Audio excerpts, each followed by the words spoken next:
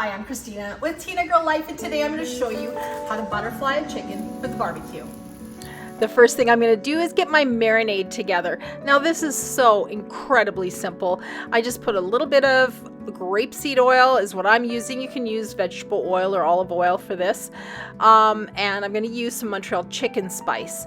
And I love this stuff. It's such a great product. It goes great on pork as well. So we're just going to stir this up and we're going to let this soak in the oil for a little while and create kind of a rub. So let's put that aside and I'm going to open the chicken up here. I got a great deal on these chickens, and maybe you've never cooked chicken on the barbecue before. I'm going to give you some good tips during this video to show you how not to burn and have flare-ups, but we'll look at that in just a second. I'm going to take these strings off. I got a great deal on these chickens. I paid just $11 for the two of them. There's a great sale happening, and you can count on each chicken feeding about 4 people, 4 adults. So here we go. The strings are off. What we're going to do is flip the birds over onto the breast side, so breast side down. You can see the little tail there, and I'm going to use kitchen shears for this. These are like very strong. They've got like a serrated kind of edge. I have used a sharp knife before, but you are cutting through bone, so you definitely want something that is going to cut through, and we're just cutting that backbone out. So this part here gets a little bit sticky. There we go. We got it cut through.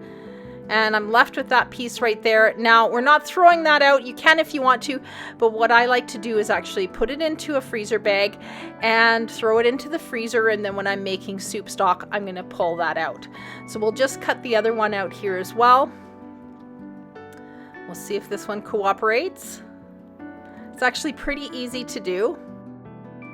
Okay, and we are done. So here goes the other backbone into the bag. Toss that, like I said, into the freezer. When I make soup, I'm going to throw it in there and boil those bones and that skin down.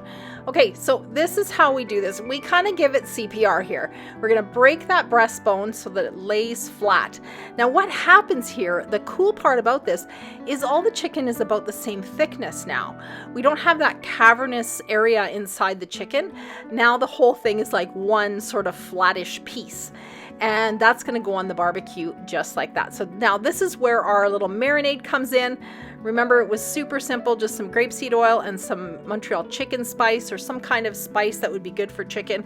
And we're just going to brush it on here. I'll add links to the Montreal chicken spice and the little silicone brush that I'm using below. If you're interested in something like that, you can have a look at that. And you can just dab it on, but I'm going to show you the way I really do it. I'm just doing that for the camera.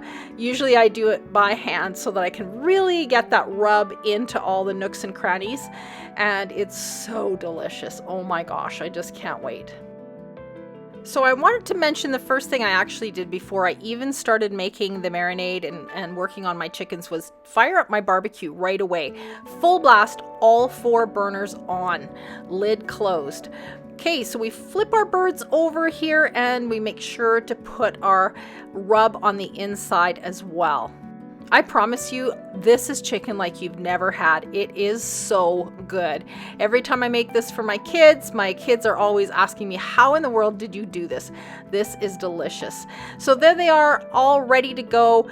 And I'm just gonna check the grill and see if that's ready to go. So 450 degrees, perfect. We're gonna put these birds on. So I'm gonna put them right in the middle of the grill. Let me just get it on here.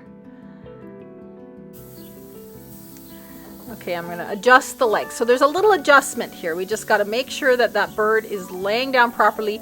We want it to be that same sort of thickness all the way across. So we don't want like one leg all wonky-do.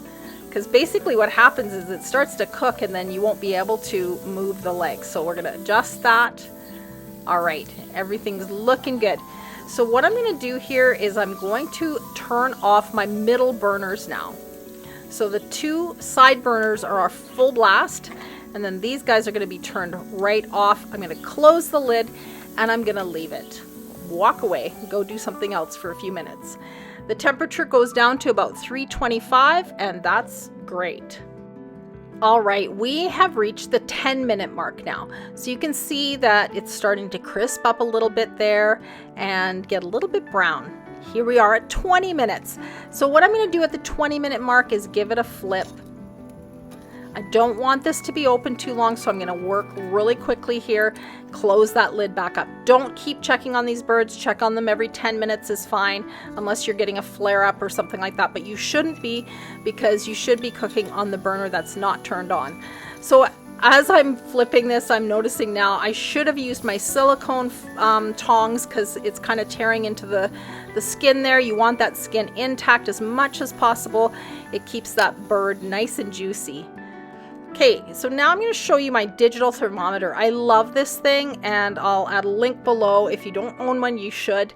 165 degrees is what we're looking for. We're going to take it outside and check on the bird, because they might be getting ready soon. All right, we're at 152.8. We're going to leave it on for another 10 minutes or so. Just let it cook and check it again. Here we go, one last time. I think we've hit our mark. Yes, we have 169. Woo, okay, so they need to come off. Let's get them off the grill. And once you have them off the grill, let them sit for a few minutes just to redistribute the juices. Oh my goodness, look at that nice crispy brown skin. It's perfect. And I know it's going to taste perfect as well. I've made this butterfly chicken on the grill so many times, and it has never let me down.